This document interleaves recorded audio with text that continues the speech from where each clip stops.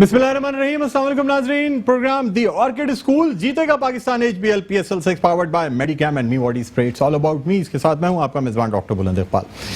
नाज़रीन, आज जब हम ये प्रोग्राम आपके सामने पेश कर रहे हैं तो आपको ये बताते चलें कि जो पहला जो प्ले ऑफ है वो इस वक्त खेला जा रहा है और यानी ये इस जाहिर सी बात है बड़ा इंपॉर्टेंट प्ले ऑफ है। नॉकआउट की पोजीशन है, जो टीम हारेगी वो टीम इस टूर्नामेंट से बाहर हो जाएगी। मुल्तान सुल्तान्स और इस्लामाबाद यूनाइटेड के दरमियान ये प्ले ऑफ खेला जा रहा है। यहाँ आपको ये बताते चले नाजरीन कि इस वक्त 4.2 ओवर्स का खेल हो चुका है और 30 के स्कोर पर यानी एक खिलाड़ी आउट है। और आपको बताते चलें कि मुल्तान सुल्तान ने जो है टॉस जीत के पहले बैटिंग करने का फैसला किया है। तो अब 4.2 ओवर्स के खेल में 30 स्कोर है और एक खिलाड़ी मुल्तान सुल्तान का आउट हुआ है। रिजवान को आउट किया गया है जो कि कैप्टन भी हैं और ये आकिफ जावेद की बॉलिंग पे आउट हुए हैं। बहरहाल नाज़रीन, अपने इस प्रोग्राम को आगे बढ़ाएंगे। हमारे जो पार्टिसिपेंट्स हैं उनका तारुफ आपसे कराना चाहूँगा। मेरे पहले मेहमान क्रिकेटर हैं, क्रिकेट एनालिस्ट हैं, नवीद ज़मीर भाई। अस्सलाम वालेकुम। सर वालेकुम सलाम, कैसे हैं आप? खुश आमदीद कहते हैं आपको। Thank you sir. और नाज़रीन, रोज़ाना की तरह मेरे आज के दूसरे जो मेहमान हैं वो हाई परफॉर्मेंस कोच हैं, PCB मैच रेफरी हैं, अथर लईक भाई। अस्सलाम वालेकुम। अथर भाई, आपको भी खुश आमदीद कहते हैं। Thank you very much. नाज़रीन, आपको ये भी बताते चलें कि वीडियो पे हमें ज्वाइन करेंगे जुनैद खलील नैनीताल वाला, जिनसे हम बात करेंगे और जानेंगे आज के मैच के हवाले से। लेकिन पहले अपने जो हमारा डिस्कशन है इसको हम स्टार्ट करते हैं नवीद भाई। तो नवीद भाई, पहला प्ले ऑफ जो है वो जारी है इस वक्त मुल्तान सुल्तान्स और इस्लामाबाद यूनाइटेड के दरमियान। क्या कहेंगे सर, ख़ास तौर पे ये जो मैच है ये भी अहमियत का हामिल मैच है और इसमें यह है कि कम से कम हारने वाली टीम को एक चांस ये है कि अगर वो हार भी जाते हैं तो फिर वो वापस इन हो सकते हैं आगे दो टीमें जो हैं उनसे खेल के। जी बहुत शुक्रिया डॉक्टर साहब। डॉक्टर साहब, आज का जो मैच है बड़ा इंपॉर्टेंट है। तो आप सबको पता ही है कि अब तो पोजीशन ये है कि जो जीतेगा वो डायरेक्ट फाइनल में जाएगा। हाँ। तो इसका एडवांटेज उठाने की तो दोनों टीमें डेफिनेटली कोशिश करेंगी कि आज का मैच जीत के अपने ऊपर से प्रेशर को कम से कम कर लें। तो और टॉस मुल्तान ने जीत के मेरे ख्याल से बैटिंग का फैसला किया डॉक्टर साहब, ऐसे ही। बिल्कुल ऐसे तो बिल्कुल मुल्तान का अच्छा डिसीजन है डॉक्टर साहब। अगर 180 रन का स्कोर कर लेते हैं कम से कम, लेकिन देखें इस्लामाबाद की बैटिंग लाइन बड़ी स्ट्रॉन्ग है, उनके 7-8 तक भी बैट्समैन जो है बहुत अच्छे हैं। तो एक बड़ा स्कोर करना होगा और साथ साथ बॉलिंग को बड़ा कंटेन करके चलना पड़ेगा मुल्तान ने अगर ये मैच जीतना है तो। अभी तो पोजीशन देखते हाल बड़ी इनके कंट्रोल में चल रही है। पहले उनके एक मेन प्लेयर रिजवान आउट हो गया, रिजवान उनके प्लेयर जो है ना वो आउट हो चुके हैं। अच्छा, तो अच्छा मुझे अथर भाई ये बताइएगा कि क्या समझते हैं मुल्तान ने अपनी बैटिंग पे भरोसा करते हुए जो है वो पहले बैटिंग का फैसला किया? जो इस्लामाबाद की टीम है ना डॉक्टर साहब, वो पूरी डिपेंड करती है बैटिंग के ऊपर। आपने गौर किया होगा उनके 7वें नंबर तक 5वां, 6ठा और 7वां जो उनका नंबर है, जो हुसैन तलत, इफ्तिखार और आसिफ, ये वो 3 प्लेयर हैं इनके कि ये मैच को डिसाइड करते हैं। तो उनके लिए तो फायदा ही हो गया कि इन्होंने बैटिंग खुद टॉस जीत के कर ली। अब देखना ये है कि सर जब बड़ा मैच होता है ना, इसकी जो कैलकुलेशन होती है ना वो बॉल टू बॉल होती है। जो ज्यादा डॉट बॉलें आज कर गया फील्डिंग में और जो ज्यादा डॉट बॉलें बैटिंग में खेल गया तो वो उसके लिए माइनस पॉइंट होगा, क्योंकि अब बड़े मैच का प्रेशर बहुत ज्यादा होता है। अब इनको ना इनकी जो स्ट्रेटेजी है कि 6 ओवर में इन्होंने क्या करना है, क्योंकि 6 ओवर जो सर्कल प्ले होता है उसको यूटिलाइजेशन उसकी बहुत अच्छी होनी चाहिए। जरूरी है। शान मसूद जो अभी इन फॉर्म चल रहे हैं, पिछले मैच में भी उन्होंने बहुत अच्छी बैटिंग की, उससे पहले भी अच्छी उन्होंने बैटिंग की। अभी उनका मैंने जो देखा है कि उनके सिर्फ 14 रन है। तो देखें अब वो आगे करते क्या हैं। अगर वो विकेट के ऊपर खड़े होते हैं तो वो आज मुझे लगता है फिर दोबारा रन करेंगे और वही नवीद ज़मीर की बात, ये 180 प्लस होगा तो ये मैच ऊपर जाएगा, क्योंकि उनकी अगर मुल्तान सुल्तान 180 कर पाते हैं तब कुछ मैच फंसेगा। जी एग्जैक्टली। अदरवाइज फिर आपको पता है, क्योंकि जो इस्लामाबाद की टीम है वो बड़ी बैलेंस चल रही है अभी भी। अच्छा, बड़ी फॉर्म में है टीम उनकी। क्या कहते हैं आप नवीद भाई, यानी खास तौर पे अब जब जाहिर सी बात है ये टारगेट देते हैं बड़ा इंपॉर्टेंट है आप समझते हैं कि इस्लामाबाद यूनाइटेड की टीम इन्हें 180 रन या उससे ज़्यादा करने देगी, जो परफॉर्मेंस इस वक्त इस्लामाबाद यूनाइटेड की है? हाँ डॉक्टर साहब, बात यह है कि देखिए, जब आप कप्तान कोई प्लान करता है ना अपने पहले टॉस के बैटिंग करने का फैसला, मतलब ये होता है कि उसको अपनी बॉलिंग पे भरोसा है कि वो स्कोर रोक सकता है और वो बड़ा स्कोर करेंगे। देखिए, उसके कप्तान के ध्यान में होगा 170 180 तो होगा डेफिनेटली, लेकिन इनके दिमाग में फिर भी, प्लेयर्स के दिमाग में जो होनी चाहिए बैट्समैनों को, कि अपने बॉलर को एक बड़े से बड़ा स्कोर करके दें ताकि वो डिफेंड कर सकें। क्योंकि देखिए, इस्लामाबाद की टीम का मोमेंटम बड़ा शानदार बना हुआ इस टूर्नामेंट के अंदर। उनके प्लेयर्स को पता है, उनके जो उस्मान ख्वाजा फॉर्म में है, मुनरो फॉर्म में है, बड़ी फॉर्म में, आसिफ फॉर्म में, इफ्तिखार फॉर्म में है, तो उनके पास एक बड़ा बैकअप है। और शादाब खान भी हैं, साथ में हसन अली हैं, तो एक बड़ी बैटिंग लाइन है उनके पास। तो इतना स्कोर जरूर करके दें, 180 तो करना ही करना है आज के मैच में, अगर प्लेयर ये चाहते हैं फाइनल खेलना। देखिए 150 140 तक का स्कोर होगा तो इस्लामाबाद को ये मैच जीतना कोई मुश्किल काम नहीं होगा। ठीक है, आप क्या समझते हैं मुल्तान सुल्तान को बैटिंग में क्या स्ट्रेटेजी अपनानी चाहिए?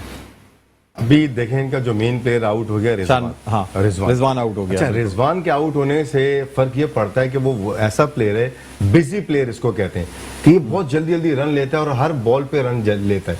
तो शान मसूद जो है ये थोड़ा टाइम लेता है, मगर शान मसूद की पिछली जो मैं 2 इनिंगें मैंने इसकी देखी, जो इसकी स्ट्रेटेजी ये अटैकिंग है, ये अटैक करता है। अच्छा, शान मसूद का जो एरिया है ना, ये मिड विकेट है, मिड ऑफ से लेके ये मिड विकेट के एरिया को ज्यादा कवर करता है। अगर इसके हिट लग गए ना शुरू हो गई तो ये भी लंबे रन करेगा, मगर इतनी आसानी से कोई हिट खाता नहीं है। सर 42 रन हो गए अभी एक खिलाड़ी कितने ओवर पे, और ये तकरीबन 5.4 ओवर्स का खेल जो है देखिए 6 रन के एवरेज से तो ऊपर ये जा रहे हैं। हाँ। क्योंकि उन्होंने अभी इनको पकड़ के रखा हुआ है सर्कल के अंदर, क्योंकि पावर प्ले जो है ये तो 7 रन का एवरेज है। जी 7 रन का तकरीबन। हाँ। तो ये अभी देखें, मोमेंटम अगर अच्छा मिलता है, एक्सेलरेट अच्छा करेंगे, तो जो इनका जो मेंटेन फेज है ना, जो बीच वाला फेज होता है, उसको इन्होंने प्रॉपर मेंटेन करना है उसको सही। अगर उसको इस्तेमाल इन्होंने नहीं किया तो आखिर में इतनी आसानी से हिटें नहीं लगेंगी। और फिर आखिर के जो 2 ओवर होते हैं ना, या तो वो बॉलर छा जाता है कि वो यॉर्करों पे आता है, उसमें आसान नहीं होती हिट मारना,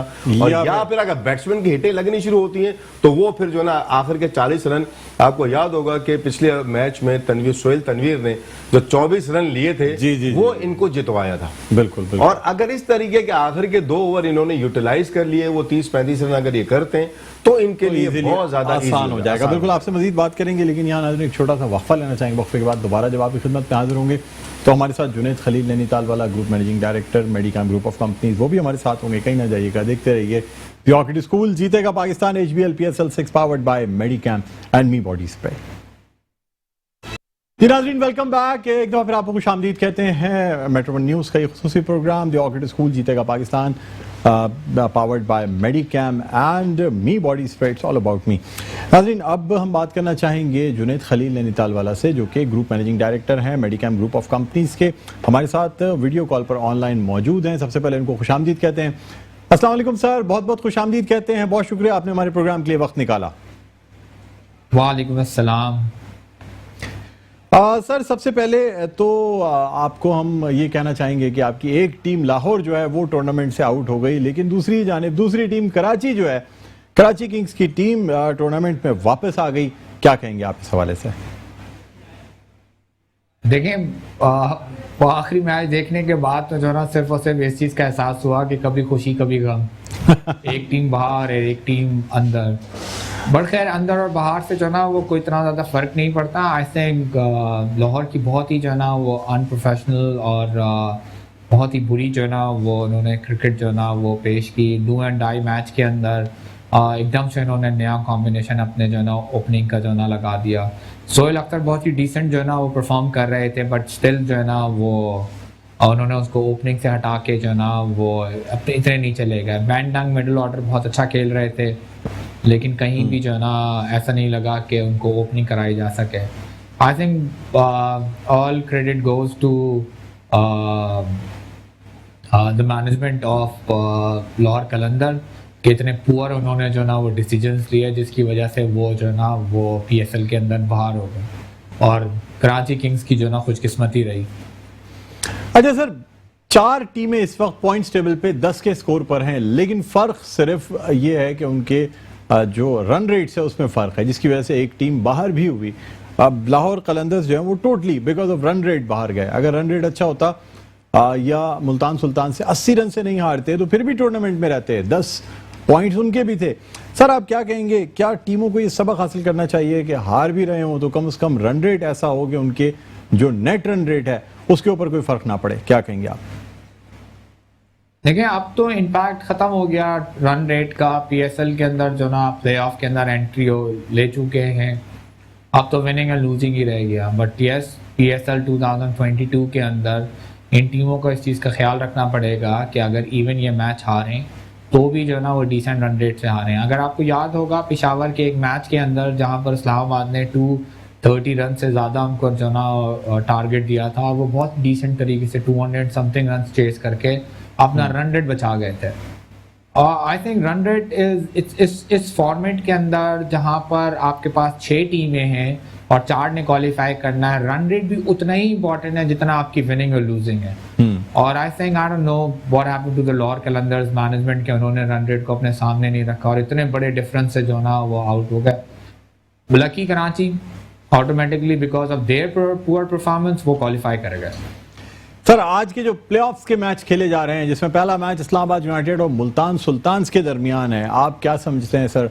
खास तौर पे ये भी कहा जा रहा है कि जिस तरह लास्ट मैच इस्लामाबाद यूनाइटेड और मुल्तान सुल्तान के दरमियान हुआ था और इस्लामाबाद यूनाइटेड ने बासानी जीता, क्या आज का मैच भी आप समझते हैं कि इस्लामाबाद को एक एज हासिल है और मुल्तान सुल्तान थोड़े प्रेशर में खेल रहे होंगे प्लेऑफ का ये मैच? आई थिंक दो बहुत ही डिसेंट जो है ना वो पीएसएल की टीम आपस में एक दूसरे के सामने जो है ना वो आ रही हैं। दोनों का जो है ना वो जो क्रिकेटिंग स्टाइल है वो एग्रेसिव और दोनों का जो मिडिल ऑर्डर है वो सारे जो ना वो परफॉर्म कर रहे हैं। तो आई थिंक एक बहुत ही खूबसूरत सा जो ना मैच देखने को मिलेगा और मुझे थोड़ा सा एज जो ना वो इस्लामाबाद की तरफ ज़्यादा लगता है क्योंकि जो उनके जो दो बहुत ही अटैकिंग ओपनर्स हैं जो बहुत ही एक्स्ट्रा ऑर्डिनरी फॉर्म में उस्मान ख्वाजा और मनरो, आई थिंक डिफरेंस जो ना उन दोनों का होगा। तो I think overall it's going to be a good match. Sir second match के बारे में क्या कहते हैं जो आज सेकंड मैच खेला जा रहा है कराची किंग्स और पेशावर ज़ल्मी के दरमियान? ये भी सर बड़ा इंपॉर्टेंट मैच है इसलिए कि नॉकआउट मैच है, जो टीम हारेगी वो यहीं से घर जाएगी और जीतने वाली टीम को आगे मजीद एक मैच जीतना होगा फाइनल में आने के लिए, क्या कहेंगे आप? कराची किंग्स को जो ना वो अपनी बैटिंग के अंदर बाबर आजम का एज है और बाबर आजम के ऊपर कराची किंग्स की बैटिंग बहुत ज़्यादा डिपेंडेंट है। तो आई थिंक कि अगर बाबर आजम स्कोर करने में कामयाब हो गए तो ऑटोमेटिकली पेशावर जो है ना वो उसके प्रेशर में जो ना वो आ जाएगा। मुझे ऐसा लगता है कि 60-40% का चांस है, पेशावर 60 और Karachi 40, but it's a knockout. जिस दिन अच्छा खेला वो ऑटोमेटिकली जो है ना वो जीत जाएगा। बट बहुत ही overall extraordinary pressure game है दोनों के ऊपर क्योंकि दोनों के लिए डू एंड डाई है। अच्छा सर ये बताइएगा कि यानी लाहौर कलंदर और कोयटा ग्लैडिएटर्स की अगर हम बात करते हैं जो इस वक्त अब जाहिर सी बात है टूर्नामेंट से भी आउट हो गई लेकिन परफॉर्मेंस बहुत बुरी रही है, थोड़ा फाइट करके भी अगर टूर्नामेंट से आदमी आउट होता है तो कम से कम वो फाइट तो नज़र आती है ना। आप क्या समझते हैं, क्या इन टीम्स को अपने प्लेयर्स को चेंज करना होगा, रिफॉर्मेशन करनी होगी, कोचेस को चेंज करना होगा, स्ट्रैटेजी बदलनी होगी? क्या सोल्यूशन निकलेगा ये दो टीमें बेहतर अंदाज में नेक्स्ट पीएसएल में आ सकें? 6 महीने का टाइम है दोनों टीमों के पास जो ना रीड्राफ्ट है इनके सामने। इनको ये चीज़ पॉइंट आउट करनी पड़ेगी कि किस कंडीशंस के अंदर कौन सा प्लेयर जो ना वो बेहतर खेलता है। अब इनको इस चीज़ को कंसिडर करना पड़ेगा कि आज आने वाला पीएसएल पाकिस्तान में होगा या फिर दोबारा जो ना वो यूएई के अंदर ही होगा। तो इस चीज़ों को देखते हुए उनको प्लेयर्स जो ना साइन करने चाहिए और जो उनके डोमेस्टिक प्लेयर्स हैं यानी जो पाकिस्तानी प्लेयर्स हैं उनको भी देखना चाहिए कि कौन कितने जो है ना वो परफॉर्मेंस में रहा और अगर उनको ऐसा लगे कि किसी प्लेयर्स की उनको छुट्टी करनी चाहिए तो कर देनी चाहिए क्योंकि इवन इतने अरसे के बाद कोयटा की पिछले 2 सीजन्स के अंदर बहुत ही पुअर जो ना परफॉर्मेंस है और लाहौर की तो मेरे ख्याल से 6 एडिशंस के अंदर सिर्फ 1 एडिशन ऐसा है जिसके अंदर वो फाइनल जो ना वो खेलने में कामयाब हो गए। तो आई थिंक लाहौर कलंदर को तो ख़ास तौर पे जो ना they have to sit back see कि इनकी मैनेजमेंट के अंदर प्लेयर्स की सिलेक्शंस के अंदर क्या गलती है। इवन इतना ज़बरदस्त बॉलिंग लाइनअप के बावजूद वो मैचेस जो ना वो हारे जा रहे हैं। Shahanshah Afridi number 1 T20 bowler, Haris Sohail और उसके बाद अब अफगानिस्तान का मैं नाम उसका भूल गया बॉलर जो ना स्पिनर, उसके बावजूद राशिद खान, इतने अच्छे बॉलर के बावजूद आप जो है ना वो इतने बुरी तरीके से जो है ना वो हार रहे हैं। I think they have to readdress their team and let's see कि 2022 के अंदर क्या तब्दीली के साथ जो है ना वो ये आते हैं। हाँ सर, लास्ट क्वेश्चन आपसे करना चाहूंगा और वो क्वेश्चन ये है कि अब आप फाइनल में कौन सी टीम देख रहे हैं? पहले आप कराची और लाहौर कह रहे थे, लेकिन अब सिनेरियो डिफरेंट है। तो अब इन 4 टीमों के प्लेऑफ्स में आने के बाद आप क्या प्रेडिक्ट करते हैं, कौन सी 2 टीमें फाइनल खेल रही होंगी मोस्ट प्रोबेबल? देखिए, आइडियली तो मुझे ऐसा लगता है कि एक्चुअल जो टीम को फाइनल्स खेलना चाहिए वो इस्लामाबाद और मुल्तान को, बट मेरी दुआएं एक्चुअली कराची के साथ हैं, मेरी शायर भी है, मेरा स्पॉन्सरशिप भी है। तो आई थिंक मतलब आइडियल सिचुएशन ऐसी होगी कि इस्लामाबाद और जो है ना वो कराची जो है ना फाइनल्स खेले। ठीक है सर, बहुत बहुत शुक्रिया और बड़े आपने जिसे कहना चाहिए कि सच्ची और खरी जो राय है वो दी है। लेकिन बहरहाल चूंकि हमारी भी जो नेक ख्वाहिशात हैं वो कराची की टीम के साथ हैं, as Medicam is sponsoring Karachi Kings, plus ये कि हमारे शहर की टीम है तो इसे आगे जाना चाहिए। यहाँ पे नाज़रीन एक छोटा सा वक्फे के बाद दोबारा हाजिर होंगे तो हमारे एक्सपर्ट पैनल में से हम बात करेंगे और न सिर्फ इस मैच के हवाले से बल्कि आने वाले मैच के हवाले से जो आज खेला जाएगा पेशावर ज़ल्मी और क्वेटा और कराची किंग्स के दरमियान, उस पर ही बात करेंगे। कहीं ना जाइएगा, देखते रहिए द ऑर्किड स्कूल। जीतेगा Pakistan HBL PSL 6 powered by Medicam and Me body spray, it's all about me. जी नाज़रीन, वेलकम बैक। एक दफा फिर आपको खुशामदीद कहते हैं। द ऑर्किड स्कूल जीतेगा Pakistan HBL PSL 6 powered by Medicam and Me body spray, it's all about मी। नाज़रीन, आपको बताते चले कि मुल्तान सुल्तान्स और इस्लामाबाद यूनाइटेड के दरमियान एक बड़ा अहम मैच जारी है। प्लेऑफ का ये पहला मैच है। जो टीम ये मैच जीतेगी वो डायरेक्ट फाइनल्स में चली जाएगी। मुल्तान सुल्तान्स ने टॉस जीत के पहले बैटिंग करने का फैसला किया। 67 के मजमूई स्कोर पे 3 खिलाड़ी जो हैं वो मुल्तान सुल्तान्स के घर जा चुके हैं, यानी आउट हो चुके हैं और 8.1 ओवर्स का खेल हो चुका है। आउट होने वाले खिलाड़ी शान मसूद 25 रन बनाकर आउट हुए LBW शादाब खान की बॉलिंग पे। इसके अलावा मोहम्मद रिजवान पहले ही आउट हो गए थे और रोसो जो हैं वो भी शादाब खान ने उनकी विकेट ले ली है और वो 0 पे आउट हुए हैं, यानी डक हुए हैं। अब तक मुल्तान सुल्तान्स के 2 खिलाड़ी डक हो चुके हैं। रिजवान जो कि बहुत ही इंपॉर्टेंट खिलाड़ी हैं, कैप्टन हैं और पूरी टीम उन पे बैंक करती है, वो भी आउट हुए हैं। शान मसूद भी आउट हुए हैं और रोसो भी आउट हो गए हैं। तो इस तरह अब ये लगता है कि मुल्तान सुल्तान्स की टीम जो है थोड़ी ट्रबल में आ गई है। 71 रन बना चुके हैं ये और अभी एक चौका लगा है जिसकी वजह से 71 रन 3 खिलाड़ियों के नुकसान पे ये पोजीशन है मुल्तान सुल्तान्स और इस्लामाबाद यूनाइटेड के मैच की। नवीद भाई क्या कहते हैं? 3 खिलाड़ी आउट हुए हैं, शॉट्स तो लग रहे हैं, लेकिन जाहिर सी बात है मेजर प्लेयर्स अगर आपके डग आउट वापस चले जाएं तो फिर ग्राउंड में टीम का जो मोराल है वो काफी लो हो जाता है। डॉक्टर साहब, एक बात तो बड़ी पॉजिटिव है कि ओवर्स कम है, अभी 8 ओवर का गेम हुआ है, 70 के करीब स्कोर बना चुके हैं। स्कोर तो अच्छा है। हाँ। देखिए, इसके T20 के क्रिकेट के अंदर कोई भी एक प्लेयर अगर अपनी पूरी जिम्मेदारी से बैटिंग कर जाए तो वो स्कोर को कहां से कहां पहुंचा सकता है। अब कुछ भी नहीं बिगड़ा, 12 ओवर का गेम बाकी है बॉस। 12 ओवर के अंदर आराम से भी बनाएंगे तो 100 रन तो वैसे ही बन जाते हैं। 170 तो मुझे नजर आ रहा है इनका। 170 आपको नजर आ रहा है? तो मुझे नजर आ रहा है। अब रह जाती है बाकी की स्ट्रेटेजी इनकी क्या होती है। कोई प्लेयर इनका एक्स्ट्रा ऑर्डिनरी बैटिंग कर जाता है तो सर ये स्कोर ज्यादा भी जा सकता है, कोई बड़ी बात नहीं। विकेट जरूर गिरी हैं लेकिन ओवर्स भी कम है। अगर ओवर्स ज्यादा हो चुके होते ना फिर प्रॉब्लम थी। डॉक्टर साहब, सोहेब मकसूद 43 रन पे इस वक्त 43 रन पे बैटिंग कर रहे हैं और चार्ल्स ने जो है ना 4 रन बनाए। तो डॉक्टर साहब दोनों प्लेयर फॉर्म में। सोहेब मकसूदी बहुत अच्छी फॉर्म में, अगर उनकी बैटिंग चल गई, वो ऐसे प्लेयर हैं कि एक ओवर में 20-20 रन भी वो निकाल सकते हैं आसानी के साथ। तो मेरा मकसद कहने का यही है, आपसे जो बताना चाह रहा था कि अगर ये थोड़ा सा अभी और विकेट को मैच को थोड़ा लंबा करें भी ये लोग, 12 ओवर तक अब विकेट 14 ओवर तक विकेट ना गिरे, उसके बाद स्लॉगिंग करेंगे। शादाब खान ने एक ही ओवर में 2 विकेटें ली हैं और 1 ओवर कराने के बाद 12 रन के एवज 2 विकेटें हासिल की हैं। क्या कहेंगे अथर भाई? डॉक्टर साहब, अभी पूरा मैच डिपेंड करता है शोएब मकसूद के ऊपर। बेसिकली यही इनका पिछले 2 मैच में इसने भी बड़ी अच्छी हिटिंग की है। अगर ये आपका 12वें ओवर से पहले आउट हो जाता है तो फिर स्कोर बनाने वाला आपका प्लेयर आउट हो जाएगा। बेसिकली ये वो बॉलर, ये बैट्समैन है कि ये यानी कि किसी भी बॉलर को ये छोड़ता नहीं है, अटैकिंग प्लेयर है। अब जब आप इसके सामने 186 का स्ट्राइक रेट है उनका। आप सोचें जब इस ऐसे प्लेयर के सामने जब कोई बैट्समैन आउट हो जाता है ना तो वो फिर अपने स्कोर रोकता है, वो अपने स्ट्रोक को रोकता है। एक एंड पे इनको जमे रहना पड़ेगा। बिल्कुल। अभी 8 ओवर में कम से कम इन दोनों ये जो स्टैंड है इनका बैटिंग स्टैंड, ये तकरीबन 14 से 15 ओवर तक चलना चाहिए। बिल्कुल। अगर ये 14 से 15 ओवर तक ये चलता है तो जो स्कोर हम सोच रहे हैं वो बनेगा। अदरवाइज अगर 12 ओवर के अंदर या 10 ओवर के अंदर शोएब मकसूद भी आउट हो जाते हैं तो देखें आखिरी आपके पास टेल एंडर्स आके वो छक्के चौके नहीं मार सकते, क्योंकि जो उनकी बॉलिंग है शादाब को मारना आसान नहीं है। आपको हसन अली को आप किस तरीके से मारेंगे आके? बिल्कुल। तो ये लोग जब डेप्थ में ये लोग आते हैं, इनकी लाइन और लेंथ बड़ी एक्यूरेट हो जाती है। वो क्यों हो जाती है? जब आपने आउट कर दिए प्लेयर, मारने वाले प्लेयर आपके आउट हो गए, रन करने वाले आउट हो गए, जो नीचे बॉलिंग वाले आते हैं उनके पास इतनी एबिलिटी नहीं होती कि वो बॉलर्स को खेल वो सके। अपना रिवर्स मार सकते हैं, ना स्विच कर सकते हैं, ना हिट कर सकते हैं।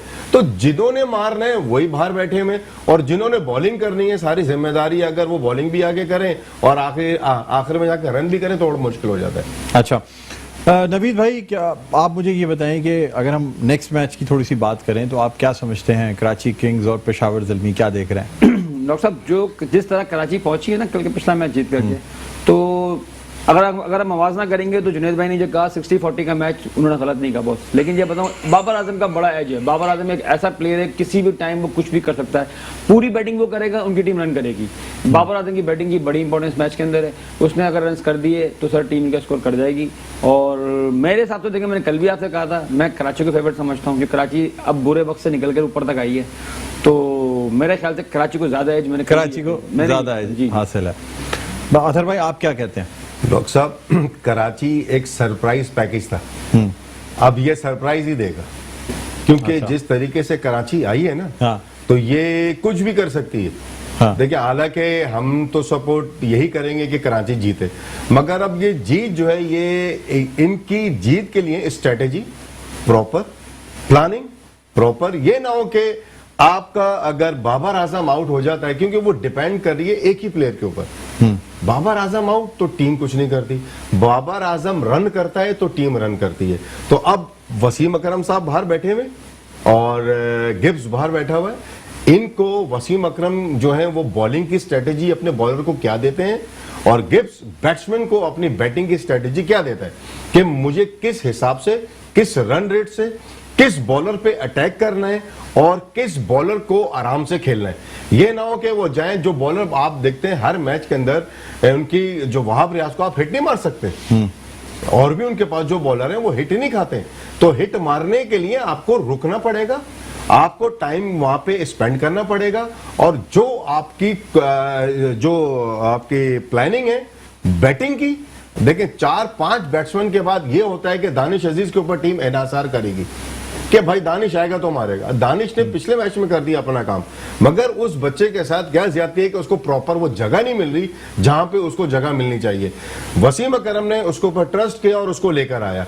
अब जब आप किसी के ऊपर ट्रस्ट करते हैं और किसी को आप मोटिवेट कर रहे होते हैं, आप देख रहे होंगे पिछले 2-3 मैचों से उसने फील्डिंग बहुत अच्छी की, उसने ऐसे मौकों पे आके कैचेस पकड़े कि जहां पे वो प्लेयर सेट थे। तो ये क्या होता है कि जो बाहर से जो आपका कोच है वो आपको सपोर्ट कर रहा है। तो यही आज का जो कुछ देख लेगा आखिर में मेरी तो मैं तो चाहूंगा कि जो हमारा ये अपना सरप्राइज पैकेज है, ये सरप्राइज ले ही दे आज। अच्छा, आप चाह रहे हैं कि नॉर्मल जो है वो क्रिकेट वे में चले। जी सर, क्या देख रहे हैं मुल्तान सुल्तान्स या इस्लामाबाद यूनाइटेड अब तक के होने वाले मैच के बाद? अब तो इजी है सर प्रेडिक्ट करना। क्या पोजीशन होगी सर मैच की? तकरीबन मेरे ख्याल से 70-80 रन तो हो गए होंगे। तकरीबन 78 रन हैं और 3 खिलाड़ी आउट हैं। 9 ओवर्स का खेल। डॉक्टर साहब, मैं बताऊं आपको बात, मैं मैच तो देखें, अगर ये बात करते हैं तो मैं अभी भी ये बोलूंगा मैच ये 50-50% पर ही है अभी भी, लेकिन थोड़ा सा एज फिर भी इस्लामाबाद को है। अभी अगर देख लें, आप समझ लें कि 80-85 रन भी हो जाते हैं तो 85 रन का मतलब है 170 रन तो प्रोजेक्टेड इसको अच्छा टारगेट तक जा सकते हैं। जी 170 एक अच्छा स्कोर है T20 क्रिकेट के अंदर। ये आप ये ऐसा स्कोर नहीं है जो बैटिंग लाइन रिलैक्स होगी, रिलैक्स होकर नहीं खेल सकते वो लोग, उनको सर इस्लामाबाद की वो टीम है जो 248 रन का भी टारगेट दे चुकी है, ये भी ध्यान में रखें। तो एक नॉर्मल टीम के लिए 170 का स्कोर हो सकता है, लेकिन एक ऐसी टीम जो लीग मैचेस में जो है, डॉक्टर साहब मैं बताता हूँ देखिए, जब आप नॉकआउट पे खेल रहे होते हैं ना, थोड़ा सा प्रेशर आप पर बिल्ड हो जाता है 2 डिफरेंट स्टाइल के अंदर। अब अगर चांस नहीं होता हारने और जीतने का, तो आप रिस्क फैक्टर पे कम से कम चले जाते हैं। 248 जिस कंडीशन में मैच में किया था वो उस वक्त लीग मैचेस चल रहे थे, अब नॉकआउट पे मैचेस हैं, तो कोई भी टीम गलती नहीं करेगी। जो टीम गलती करेगी वो उसको खुमियाजा भुगतना पड़ेगा उसको। अब गलती की गुंजाइश डॉक्टर साहब नहीं है। ठीक है अतर भाई, आप क्या कहते हैं? ये बात ये भी होता है कि छोटे स्कोर को टीमें जो है वो, इस्लामाबाद की टीम जो है 10-11 ओवरों में भी कंप्लीट कर सकती है। देखें डॉक्टर साहब, बात वही आ जाती है कि प्रेशर गेम होता है, और जब आप सेमीफाइनल खेल रहे होते हैं ना, तो दूसरी टीम अगर आउट होती है ना, जब आउट होके वो बाहर जाती है, तो उसके ऊपर जब बाहर की जो मीटिंग है ना, जो उनका कोच वगैरह और जो भी सपोर्टिंग, वो ये थोड़ी बोलेगा कि हार जाओ, हाँ। वो यही बोलेगा ना कि फाइट करो। हाँ। और आपने इस बैट्समैन को जल्द से जल्द आउट करना है, बॉले डॉट खिलानी है, अकॉर्डिंग टू फील्ड बॉल करनी है। अगर जब आप उस, अल्लाह ना करे कि ये जल्दी आउट हो जाए, ये क्योंकि मैच है बड़ा, तो बड़े मैच में अगर आप लो स्कोर मैच देखेंगे मजा नहीं आएगा, क्योंकि और पूरा वर्ल्ड इसको मैच देख रहा है। तो हम तो बात कर रहे हैं इधर जीत और हार की, मगर ओवरऑल बात होनी चाहिए क्रिकेट की। क्रिकेट क्या है कि आपको उसी टाइम अच्छी लगेगी कि दूसरी टीम भी आके फाइट करे। अब फाइट किस सूरत में की जाएगी? जब आप अपने प्लान को लेके चलते हैं। देखिए, आउट अगर ये 140 150 पे हो जाती है, क्योंकि आप अभी 1 ओवर के अंदर 2 आउट हो गए, हो सकता है कि अगले 2-3 ओवर बाद 1 ओवर फिर 2 आउट हो जाए। जब 2 एक साथ विकेटें गिरती है ना, तो फिर एकदम जो ना 2 डक पे खिलाड़ी गए हैं तो जाहिर सी बात है आगे टीम पे प्रेशर बिल्डअप होता है। बहुत शुक्रिया अतर लेख साहब आपका, नवीद जमीर साहब आपका भी बहुत बहुत शुक्रिया। नाज़रीन, उम्मीद करते हैं कि अच्छी क्रिकेट आज भी देखने को मिलेगी। दूसरा मैच भी है पेशावर ज़ल्मी और कराची किंग्स के दरमियान। हमारी जो हमदर्दियां हैं और हमारी नेक ख्वाहिशात वो कराची किंग्स के साथ हैं। बहरहाल कल दोबारा आपकी खिदमत में हाजिर होंगे, कहीं ना जाइएगा। अब हम आपसे इजाज़त लेना चाहते हैं। मुझे बुलंद इकबाल को इजाज़त दीजिए, अपना बहुत ख्याल रखिएगा। अल्लाह हाफ़िज़।